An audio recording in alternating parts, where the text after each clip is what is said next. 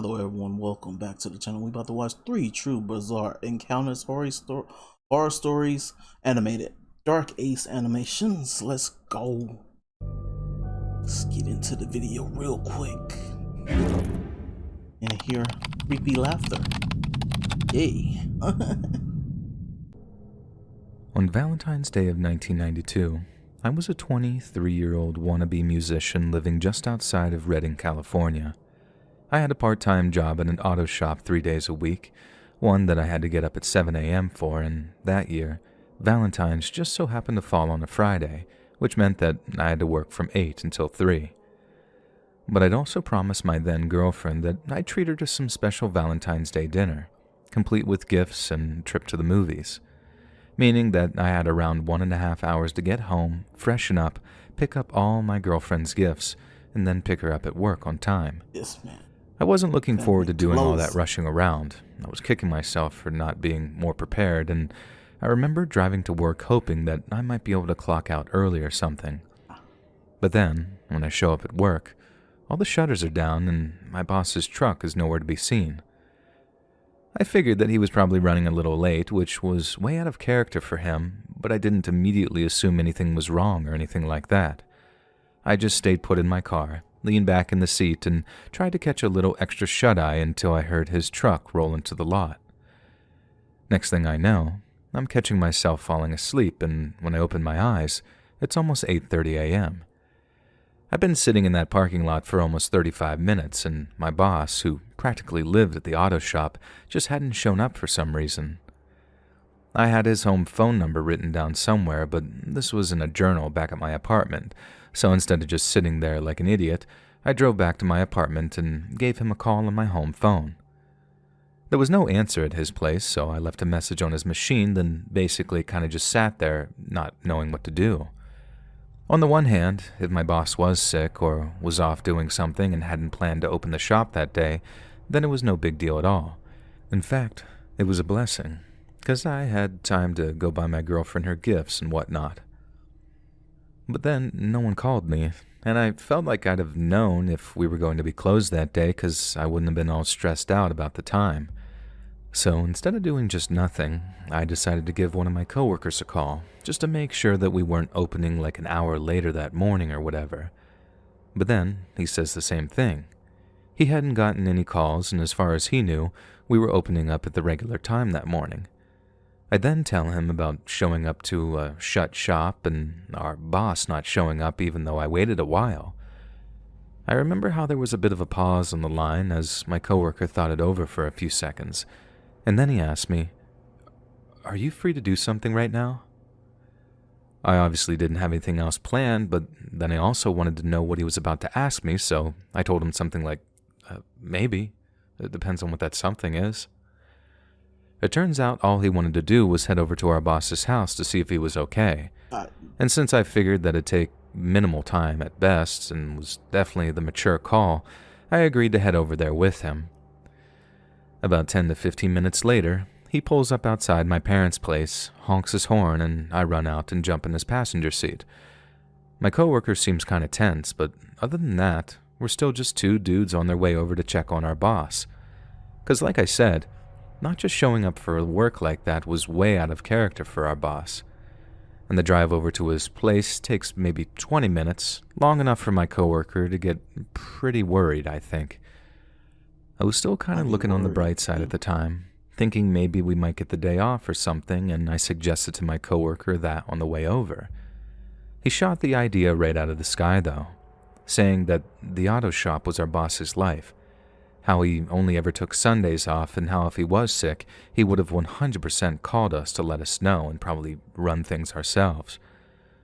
And by the end of his little speech, I felt like a total jerk for even thinking about a day off, and was glad that I'd taken him up on the whole checking in on our boss thing.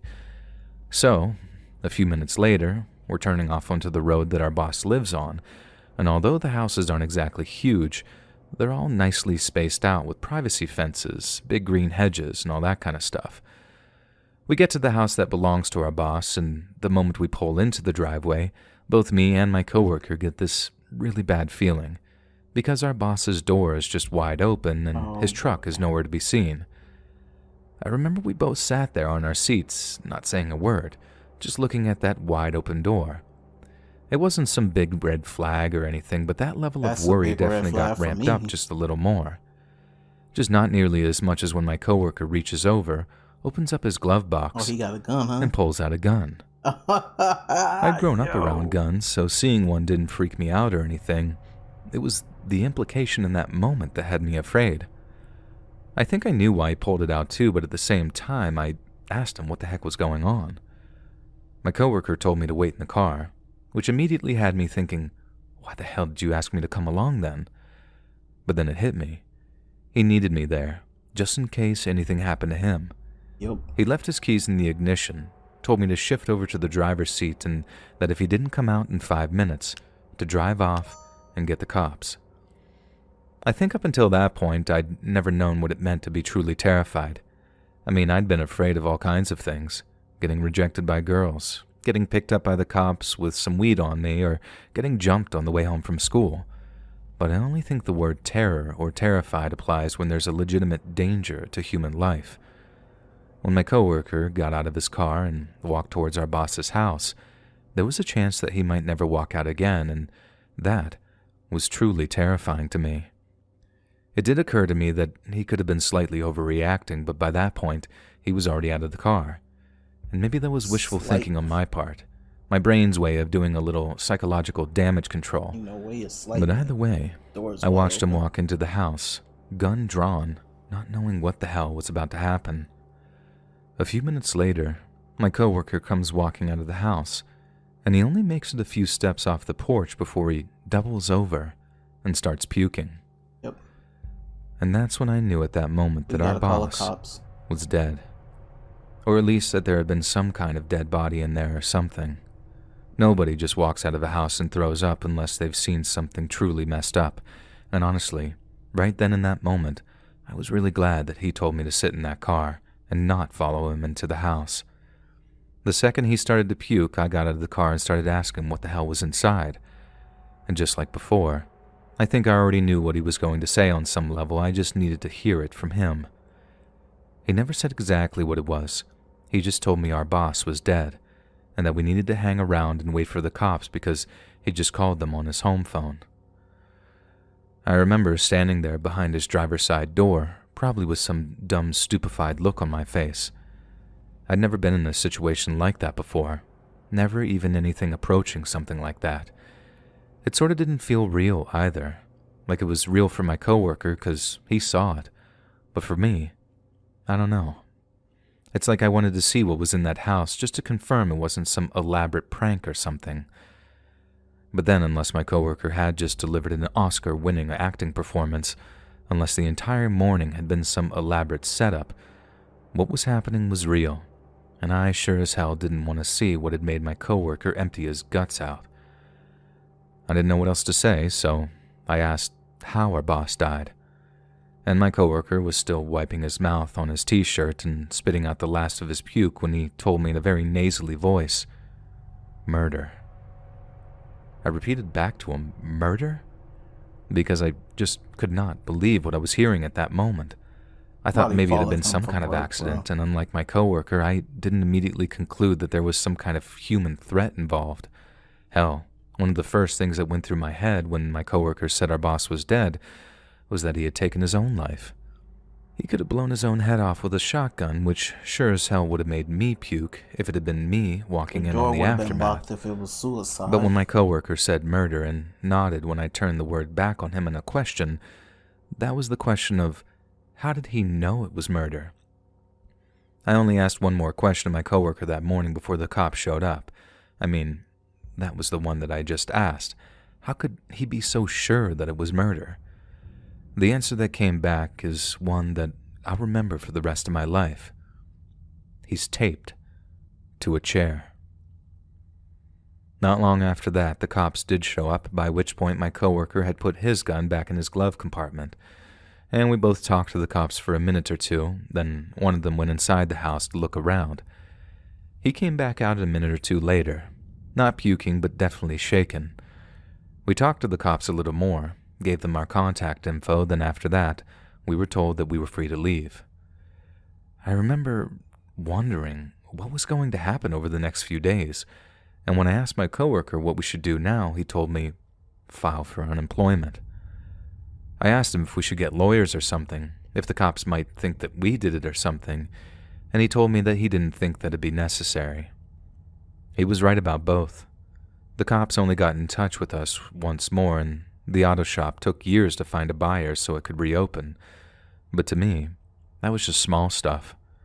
I could find another job, and I did, pretty easily actually, but we both still wanted to know what had happened to our boss, or more accurately, why it had happened, which as it turned out was bizarrely easy for the cops.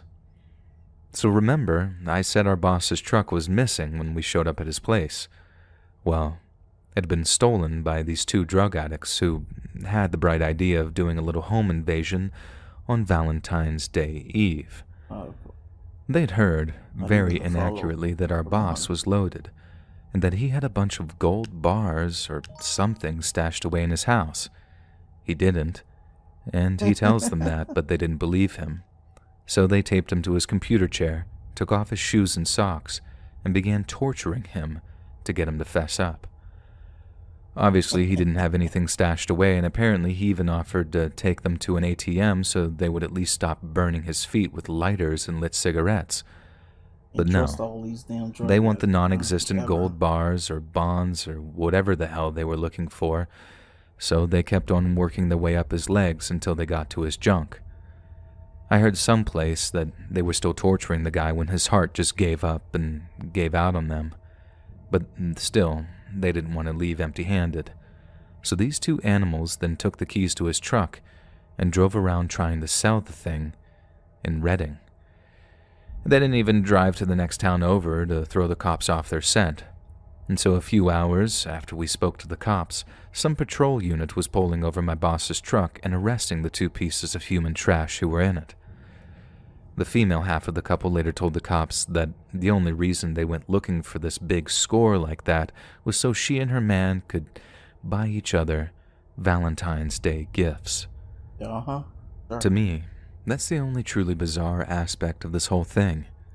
Once the people who killed him were arrested, they told the cops everything, down to the dumbest little details like that. I've heard that's like a thing with these meth heads, that they're prone to spill their guts to cops and stuff when other drug users can actually keep quiet and actually dodge charges. I don't know how true it is, but it seemed to have applied in their case. But then I've also heard the cops will dangle detox drugs in front of meth and heroin addicts, telling them that their jailhouse withdrawals won't be so bad if they only give up a little info. The point is, all the details came out in the months that followed, and I remember seeing the news about the pair getting sentenced around the holidays of that same year. Both got life in prison.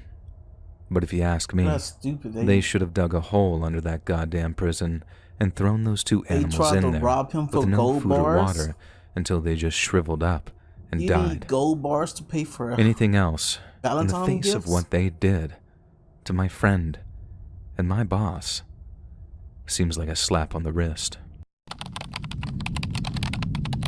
They need to be tortured. That's what he said. My name is Brian. I'm from Ohio, and I've finally gotten around to typing up a story I've been wanting to share with you for quite some time. During late 2021 and early 2022, I started dating the girl who would later become my fiancée. I think a major episode in our dating timeline was around Valentine's Day of 2022. We'd only been talking for around 4 months at that time, so it wasn't a huge occasion for us or anything, but it also constituted a great opportunity to romance her a little. We both had work on Monday, which was the 14th, and that didn't really leave much room for whining and dining. So instead, we made plans to have dinner on the 12th, which was a Saturday night, so we could actually make the most of the occasion. I didn't mention anything about Valentine's Day, although I'm sure the implication was clear. But what I also didn't mention was that I was planning on booking a table at an extremely high-end fine dining establishment. I then went out and bought a whole bunch of her favorite snacks, just about anything she'd mentioned enjoying during our text exchange. I figured a bunch of small, fairly low-key gifts like that would demonstrate that I was a good listener, which, as much as that's kind of a dating cliché, is still super important in a relationship. Anyway, I make all the arrangements under the pretense of our destination being a surprise, and come the Saturday in question, she's under the impression that we are headed to this Italian place we'd been to once or twice before. Then, all of a sudden, I hit her with the old switcheroo, then take her to our actual destination, which was the fine dining place where I'd booked us a tasting menu. I'd never been to any place like that before, so I was actually super excited to try all the fancy food that was on the tasting menu. Even arriving at the restaurant and having the European waiting staff take our coats and escort us to our table, I could totally see why people pay for that kind of experience. It's not just all about the food. It's about the atmosphere and the service coming together to create truly special memories. And you can bet your bottom dollar that me and my future fiancé got a special memory of that night. It just wasn't the one we expected to have. So I think we're on our fourth course of 18, having a great time when the maitre d' seats another couple at the next table over. They look to be doing the same thing as us, having their early Valentine's dinner, only around 10 to 15 minutes after they sit down. The mood at their table became far from romantic, though. It started with a few sort of rude comments, things that made me and my future fiancé look up at each other with this sort of awkward kind of expression. But as the minutes ticked on by, things started to get worse and worse. They kept the volume down at first, but things got pretty vicious real quickly, to the point where one of the waiters came over to try and calm the situation down. It worked for like a minute, then the guy said something under his breath to the girl, and she stormed out of the restaurant. By that point, pretty much everyone in the restaurant was either aware of the tension in the room or was actively watching it unfold from their side eye. I'd seen plenty of public freakouts, just never anything in anywhere so fancy, so as much as I was kind of annoyed that they were ruining our experience, my future fiancée didn't seem all that disappointed. She wasn't strictly enjoying it, she just tried to look on the bright side and made me smile when she whispered, "Dinner and a show.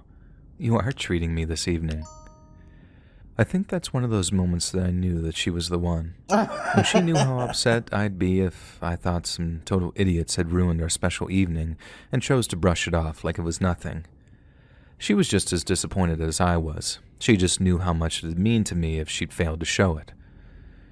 Anyway, after the girl stormed out of the restaurant, the guy stayed seated for a minute or two and then followed his girl outside. We figured that was the end of the show, but no. A few minutes later, the couple walked back into the dining room by the maitre d' and then reseated. It was actually almost comical, seeing everyone in the dining room trying to contain their disappointment at seeing these weirdos return. But I remember just genuinely hoping they'd smooth over whatever they were fighting about. I was dating seriously for the first time in my life, like actively looking for someone to settle down with, so seeing the marital discord that I feared being played out right there in front of me, it gave me this totally different kind of negative feeling when they started bickering for a second time. I honestly thought that's how the whole evening was going to go. This sort of toxic couple were going to poison the atmosphere completely, not having the good manners to argue elsewhere instead of in front of an entire dining room. But that's not what happened. All of a sudden, the girl gets up again, just like she did when she stormed out just a few minutes before. But then instead of just walking out of the restaurant, she stops, turns around, and takes off one of her high heels. Oh my gosh. The guy that she's with isn't looking at all. He's doing that thing of refusing to look back as she's walking away. Maybe out of pride, or maybe because he was looking at the menu, I don't know. But either way, he's about the only person in the dining room who doesn't see his girlfriend or wife or whatever pulling off one of her high heels, then taking hold of it like some weapon. By the time we all realized what she was planning, it was too late for anyone to do anything. The girl swung that shoe right at the guy's head, so the heel connected full force with his skull. And the sound that it made was nuts, way more muted and dull than I had expected, not a crack or a crunch at all.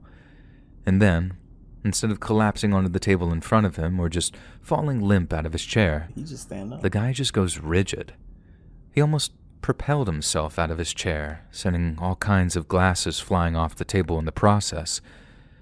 Then, when he hit the floor, he started shaking and convulsing like he was having some kind of seizure.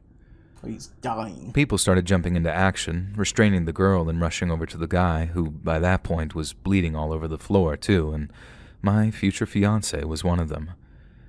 She was a registered nurse, and she knew exactly what to do, or rather, exactly what not to do when it came to the appropriate medical treatment. She told the waiters to drag the table away so nothing else could fall onto the guy, and she took my jacket to cushion his head. After that, she basically just stayed with the guy until he stopped having this seizure and the EMTs arrived to take him to the hospital. I don't know what happened to the girl. I didn't see her getting arrested or anything, and although people intervened to keep her from hitting the guy a second time, I don't think anyone tried to force her to stay. Probably because they were just scared that she'd hit them with the sharp end of that high-heel shoe as well. And since the very horrifying effects were on display for all to see, I sort of understand why no one thought to just tackle her, or whatever. It was scary, legitimately frightening to see both the sudden escalation of violence and the effect that it had on the guy. It really drove the point home to me that real-life violence is much, much different to the kind that we're used to seeing on movies or TV. She walked out the first time. That was warning 1, 2, and 3. Then they sit him back down. I met this guy on Tinder that I really liked, and we eventually went on a few dates together. We were talking for weeks, and our first date was nice, but then our second date fell almost exactly on Valentine's Day, and if I'm being honest, I was pretty excited about it. I just had no idea how things were about to take a pretty drastic turn. During the time we were talking, there were a lot of little red flags. He would tell me he drank too much, but I was a lot younger and naive back then and tried to give him the benefit of the doubt. We were in our early 20s, so I figured he just liked to party and it wasn't a problem. But what he didn't mention was the very specific effect that alcohol had on him. So on the night of our date, we were in a bar getting drinks and stuff, and he pulls out his phone very rudely, I might say, in the middle of a conversation. I asked him what was so important, and he tells me something like, "I'm trying to find us a way out of here." As you can imagine, I respond by saying, "You're doing what?" Thinking that it might have been like a joke or something. But no, he was deadly serious and started telling me how the security guards for the bar were, and I'm using his words here, after him. So I'm like, okay, let's go back to my car so maybe we can just go somewhere else. Naively believing that he genuinely had beef with one or two of them. My car was parked pretty far away. I was staying pretty sober at that point because we had gone to multiple locations that night. So it took us a few minutes to walk there, but in that time, my date gets it into his head that multiple people are after him. I'm talking like random people on the street. Then once we're in a part of downtown that wasn't so busy, he started to think that I was out to get him too. I was trying to call his friend who was nearby to come get him, but he took my phone away from me because he thought I was calling the cops. Then, when I demanded that he return it, he started physically threatening me.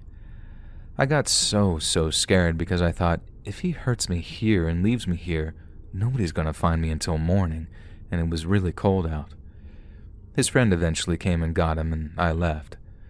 Once I was safe, I was jittery all night from the anxiety, having been in rocky relationships in the past. I told him about it the next morning, and he didn't remember any of it, so I broke things off shortly after because I just did not have the time or energy to be dealing with anything like that. I feel like if I'd have carried on dating him, it'd only be a matter of time before he turned on me, physically, I mean, and then it wouldn't be so easy to just walk away. Yeah. Not that I wouldn't be able to. He just struck me as the kind of guy who wouldn't let me leave. And I have far too much self-respect to get stuck in a situation like that. Our official merch store is finally... Need more women like that. Got out of the situation before it got like a ton worse. Because it was going to worse real quick. That's not good. Yeah, these are, I guess they are bizarre. Two of them was like Valentine's Day type stories. That was kind of interesting. Yeah, okay. Yeah. I hope that dude lived in that second story. I don't even know what he said. With what he said, it seemed like he lived. Woman, she probably got arrested. It's just he can't remember, or he doesn't care enough to. Yeah. Anyways, cool. Thank you for watching these horror stories, animated horror stories with me, and Dark Ace with the animations. All right, I'm out. Peace.